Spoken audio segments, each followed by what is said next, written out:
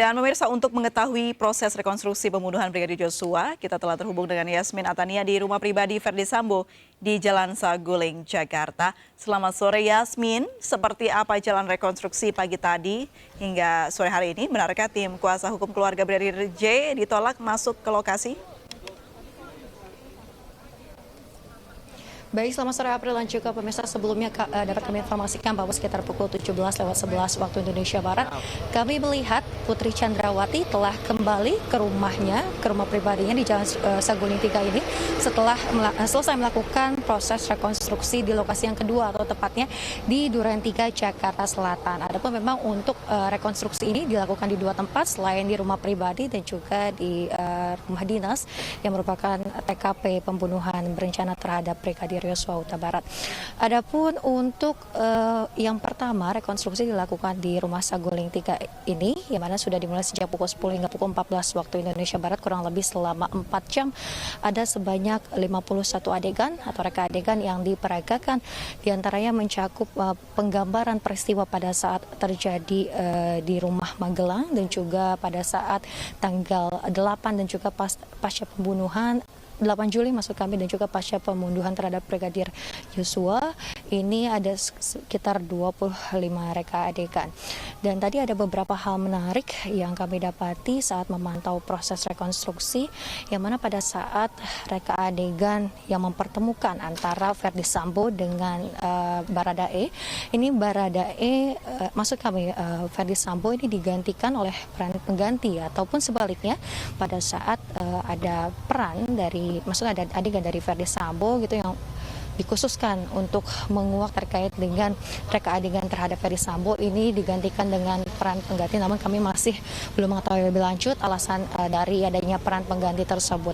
Kemudian dilanjutkan pada pukul 14.30 reka adegan di lokasi yang kedua, yakni di Duren 3, Jakarta Selatan, dan berlangsung hingga sekitar pukul 17 waktu Indonesia Barat, yang mana ada sebanyak 27 reka adegan yang tadi diperagakan. Dan juga untuk saat ini keempat tersangka lain selain Ibu Putri Chandrawati ini telah dalam perjalanan menuju ke Verdi Sambo menuju ke Makobrimob Kelapa II, sementara 3 tersangka lainnya menuju ke rutan Bareskrim Polri. Dan terkait dengan kejadian yang terjadi di rumah yang berada di Saguling 3 ini, memang betul bahwasanya dari pihak kuasa hukum Brigadir J tadi tidak diperkenankan untuk melihat langsung proses rekonstruksi, dan ini tentunya menjadi kekecewaan tersendiri bagi tim kuasa hukum, karena mereka sudah datang ke lokasi ini sejak pagi tadi dan akhirnya memilih untuk pulang begitu.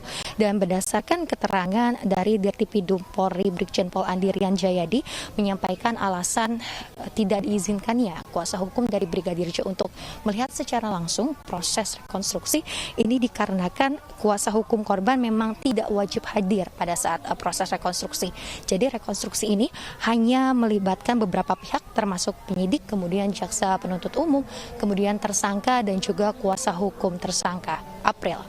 Baik Yasmin, kalau tadi dikatakan kuasa hukum tidak wajib hadir, tapi kuasa hukum tersangka apakah terlihat hadir dan masuk ke dalam lokasi reka ulang?